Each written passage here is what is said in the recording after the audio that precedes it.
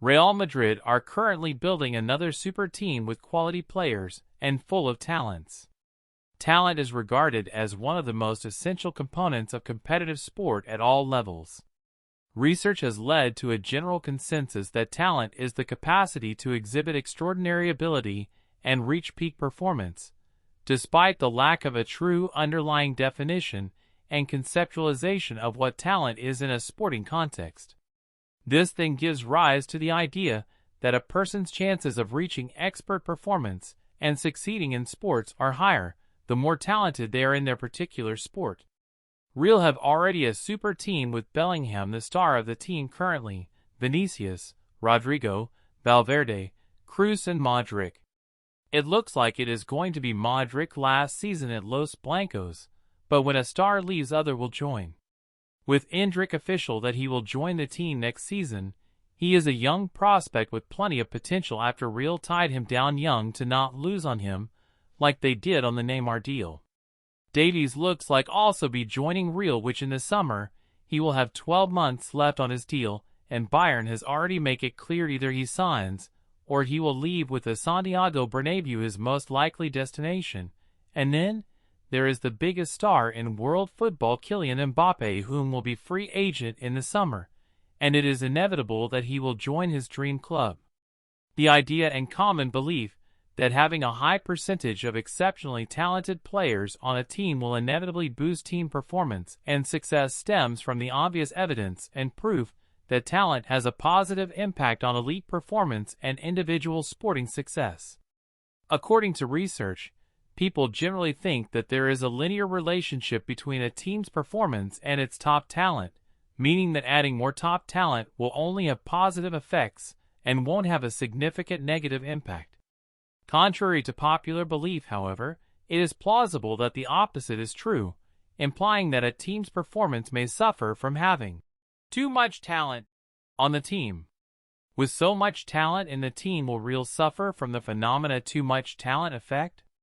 The too much talent effect is a phenomenon observed in sports, where having more talented team members leads to better team performance up to a certain point, after which talent becomes too much and detrimental to performance. This effect has been observed in sports with high coordination requirements, such as basketball and football, where status conflicts among highly skilled members impair coordination in teams. We all have seen at Paris Saint-Germain with Messi, Mbappe and Neymar all in the same team. However, although they won 2 French leagues title, they did not get to a quarter-final in Europe. The TMT effect has been observed, with research showing that more talented players lead to better team performance up to a certain point, after which the marginal benefits of talent decrease and eventually turn negative. This effect has been attributed to status competition within teams, where individuals focus their attention on jostling for intragroup rank rather than on directing their efforts towards coordination and team performance. Indeed, status competition can lead individuals to actively undermine fellow members' efforts, so as to advance their own standing within the group hierarchy. We saw this at PSG, where there was internal competition with players arguing on the pitch who will take a penalty. Neymar moved to Paris from Barcelona was one of the reasons was to get out of the shadow from Messi in order to have the spotlight on him and have a better chance of winning the Ballon d'Or. Going back to Madrid, will the arrival of Mbappe harm Bellingham impact on the team, since he will take the spotlight of him, and also maybe the free role in the team?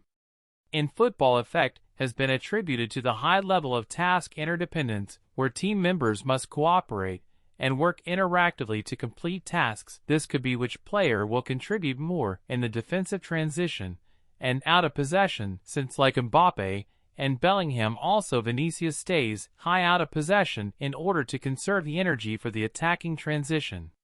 In the absence of a clearly defined pecking order, energy that would normally be steered towards intra-team coordination and performance gets diverted towards jockeying for dominance, which could lead to ego clashes, which in turn may harm performance, and Real Madrid will be full of stars in team.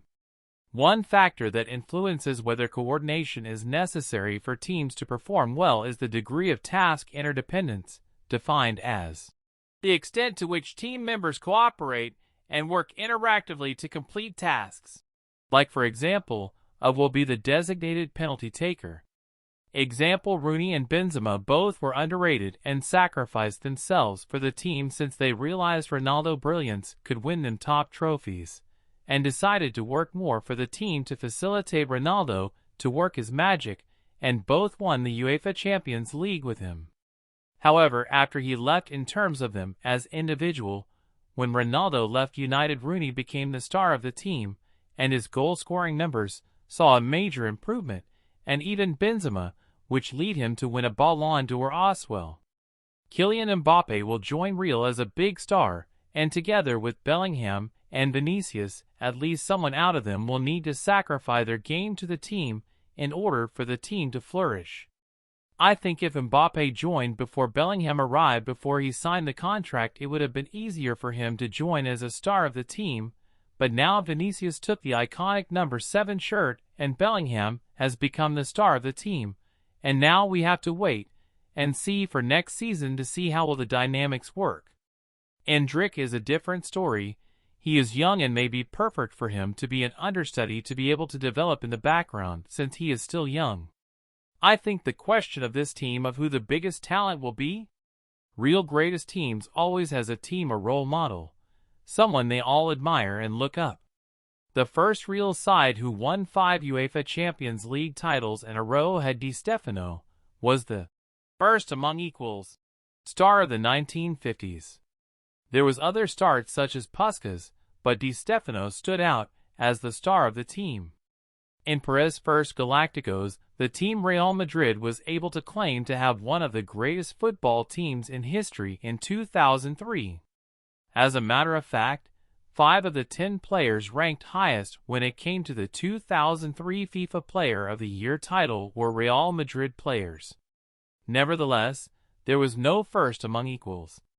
However, in the second great team, Ronaldo was signed as star of the show after joining from United, as the most expensive transfer ever at that time. When he joined Real Madrid, he earned the right to be first among equals, just like Di Stefano. His contributions and leadership were crucial in helping La Decima win and 3 Champions League in a row.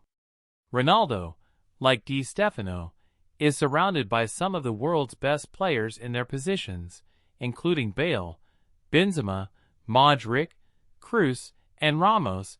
However, they all knew Ronaldo was the star of the team. Real Madrid has already suffered from this phenomena when Perez won the first presidential election and starting building his first Galacticos. By first signing Figo from their arch-rival Barcelona, other signing joined the team with Zidane joining, and they won the UEFA Champions League. After winning it, the Brazilian Ronaldo joined and Beckham arrived the year after. There are several factors why this team failed to meet Perez's vision. Factors such as the squad was getting slightly older compared to the team they are building now. Figo, Zidane, Ronaldo, and Beckham had average ages of 27.8. They lacked a coach who could claim to have played at top level and coached Oswell to understand their values. Back then, they had Carlos Queiroz as a coach who was an assistant coach at United before joining Real, which now they have the best man for the job in Ancelotti, who played at Milan, and the only manager in history to win the league in Europe top 5 league. Miguel Muñoz coached Real during its heyday in the 1950s. In 1955, Real Madrid's inaugural goal in the European Cup was scored by Muñoz. In 1956 and 1957, he led Real Madrid to consecutive championship victories. The following year, at the age of almost 36, he announced his retirement from the game. Because he was respected as a winner and could relate to the players, Muñoz was perfect as a coach. Coach acts as a pivot, balancing powerful players, at times in a precarious position, with the president.